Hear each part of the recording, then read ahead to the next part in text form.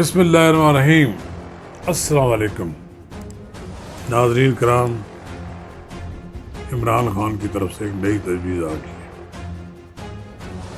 انہوں نے بظاہر تو آرمی چیف کی تقرری آئندہ حکومت تک مؤخر کرنے کی بات کی ہے۔ دراصل انہوں نے موجودہ آرمی چیف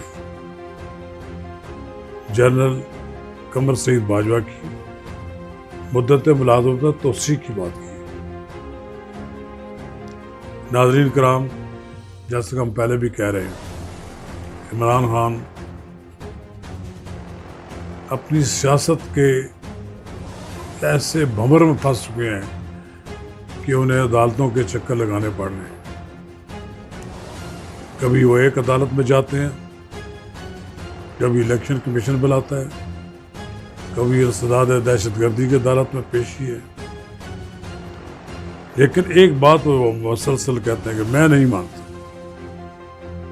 میں معافی نہیں مانگوں گا، اور یہ ان کا جو طرز عمل ہے بالآخر ان کو ایک ایسی تاریک راستے پر لے جا رہا ہے جہاں سے ان کا نکلنا مشکل ہو جائے گا، اور تاریک راستوں میں لوگ پھر سیاسی لحاظ سے مارے جاتے ہیں۔ ناظرین کرام، قبل اس کے کم آگے بڑھیں، آپ سے استدعا ہے کہ آپ میرا یوٹیوب چینل نواز رضا کے ساتھ فوری طور پر سبسکرائب کریں، لائک کریں، اور اب آپ کے ساتھ شیئر کریں، اور آئیکن کا وہ بٹن دبانا نہ بھولیے کہ جب ہم ویڈیو لوڈ کریں تو سب سے پہلے آپ کو اطلاع ملے۔ ناظرین کرام، عمران خان کی یہ تجویز بڑے معنی رکھتی ہے کہ آرمی چیف کی تقرری کے معاملے کو مؤخر کر دیا جائے۔ کتنا ہم مؤخر کرنا چاہتے ہیں عمران خان صاحب؟ الیکشن تو 2023 میں ہوں گے۔ اس کا مطلب ہے کہ آپ چاہتے ہیں کہ 1 سال کی یا 1 سال سے زائد موجودہ آرمی چیف کو ایکسٹینشن دے دی ہے۔ اس پر شاہدہ خان عباسی نے بڑا سخت رد عمل کا اظہار کیا۔ انہوں نے کہا کہ عمران خان صاحب آرمی چیف کی تقرری پر سرکس بند کریں، لیکن بہرحال سیاسی لحاظ سے چونکہ بھنور میں پھنسے ہوئے ہیں عمران خان، وہ مختلف تجاویز، مختلف شوشے چھوڑ رہے ہیں۔ اب لگتا یہ ہے کہ وہ چاہتے ہیں کہ موجودہ آرمی چیف ہی رہے، لیکن ان کی کوئی معافی تلافی، کوئی خلاصی ہو جائے تو پھر زیادہ بہتر۔ چلیے،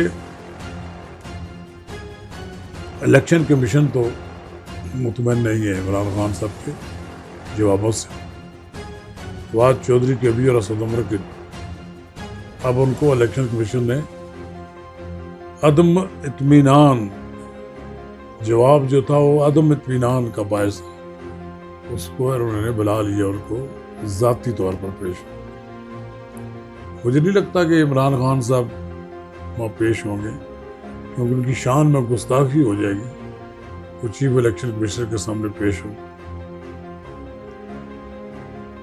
ناظرین کرام، لاہور ہائی کورٹ نے مریم نواز کو پاسپورٹ جاری کرنے کا، پاسپورٹ کے حصول کے لیے درخواست کے لیے نیا بینچ تشکیل کر دیا ہے۔ اب دیکھیں یہ بینچ کیا فیصلہ کرتا ہے۔ اگر مریم نواز کو پاسپورٹ مل گیا تو یقیناً ان کا نام ECL سے بھی ہٹا دیا جائے گا، اور وہ ایک بار پھر بیرون ملک جا سکیں گے۔ لیکن اگر کوئی یہ سمجھتا ہے کہ وہ پاکستان چھوڑ کر بھاگ جائیں گی، یہ ممکن نہیں ہے۔ وہ پاکستان میں ہی واپس آئیں گی، انہوں نے سیاست کرنی ہے، اور اس وقت وہ عمران خان کا مقابلہ کریں گی۔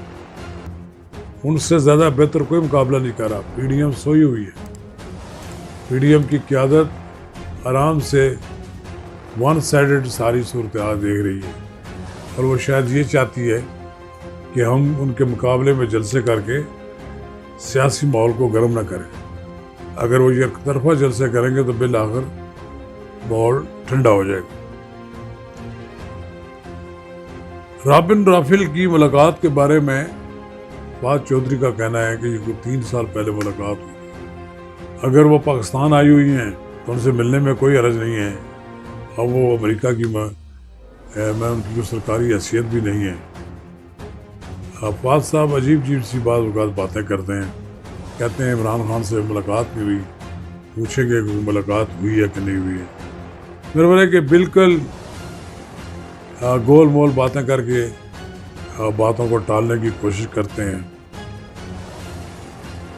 ایک اہم بات یہ ہے جس کے بارے پر اب افتخار دورانی ہیں، یہ بھی تحریک انصاف کے لیڈر ہیں، انہوں نے بھی انکشاف کیا ہے، بلکہ تصدیق کی ہے کہ پنجاب میں مسلم لیگ نون اور مسلم لیگ کاف کی حکومت کو گرانے کے لیے مختلف ٹیلی فون آ رہے ہیں اور ارکان کو پارٹی چھوڑنے کے مشورے دیے جا رہے ہیں، اور اگر یہ صورتحال رہی تو ان کے خیال میں یہ ہے کہ پھر حکومت گرنے میں کوئی دیر نہیں لگے گی۔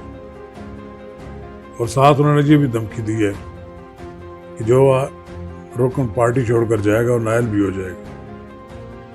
لیکن ایک صورتحال مجھے ضرور نظر آ رہی ہے کہ پنجاب میں حکومت کو ڈی اسٹیبلائز کیا جا رہا ہے، اور اس کے امکانات زیادہ روشن ہیں کہ آئندہ آنے والے دنوں میں یا تو چودھری پرویز الہی کو تحریک اعتماد پیش کی ہوگی کہ انہیں کو کہا جائے کہ وہ اعتماد کا ووٹ لیں۔ تو تحریک عدم اعتماد تو خیر میرا خیال نہیں آئے گی، لیکن اس بات کا بھی امکان ہے کہ عدالت میں کیس لگے ہوئے کیا فیصلہ آتا ہے، اس کی روشنی میں بھی کوئی نہ کوئی بڑا آگے اقدام ہو سکتا ہے۔ عمران خان صاحب بیٹھے ہوئے ہیں اسلام آباد میں، اور وہ بار بار دھمکیاں بھی دے رہے ہیں کہ مجھ سے زیادہ کوئی خطرناک نہیں ہوگا، لفظ وہ خطرناک کا استعمال کرتے ہیں۔ اب انہوں نے اسٹیبلشمنٹ کو، پولیٹیکل پارٹیز کو، الیکشن کمیشن کو، عدلیہ کو، سب کو یہ دھمکی دے رکھی ہے کہ اگر انہیں دیوار سے لگایا گیا یا انہیں جیل بھجوا دیا گیا یا وہ نائل قرار دے دیے گئے یا ان کی پارٹی بین کر دی گئی تو بڑے خطرناک۔ عمران خان صاحب ہیں تو واقعی بڑے خطرناک سیاستدان، لیکن جب وہ گجرانوالہ میں یہ کہہ کر گئے کہ وہ آج وہ ایک اسلام آباد کی کال کے بارے میں اعلان کریں گے، لیکن پھر پتہ نہیں کہاں سے ان کو کوئی فون آ جاتا ہے یا وہ خود ہی اپنی اس کال سے پیچھے ہٹ جاتے ہیں، پھر کال نہیں تھی۔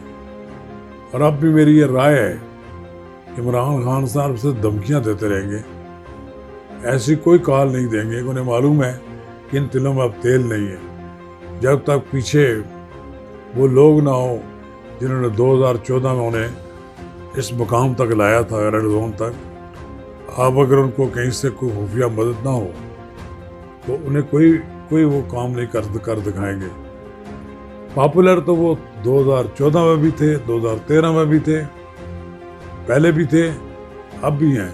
پاپولرٹی میں ممکن ہے کہ 19-20 کا کوئی فرق ہو، لیکن عمران خان صاحب اب یہ تو جانتے ہیں کہ آپ کے سیاسی مخالفین اتنے کمزور نہیں ہیں جتنے آپ سمجھ رہے ہیں۔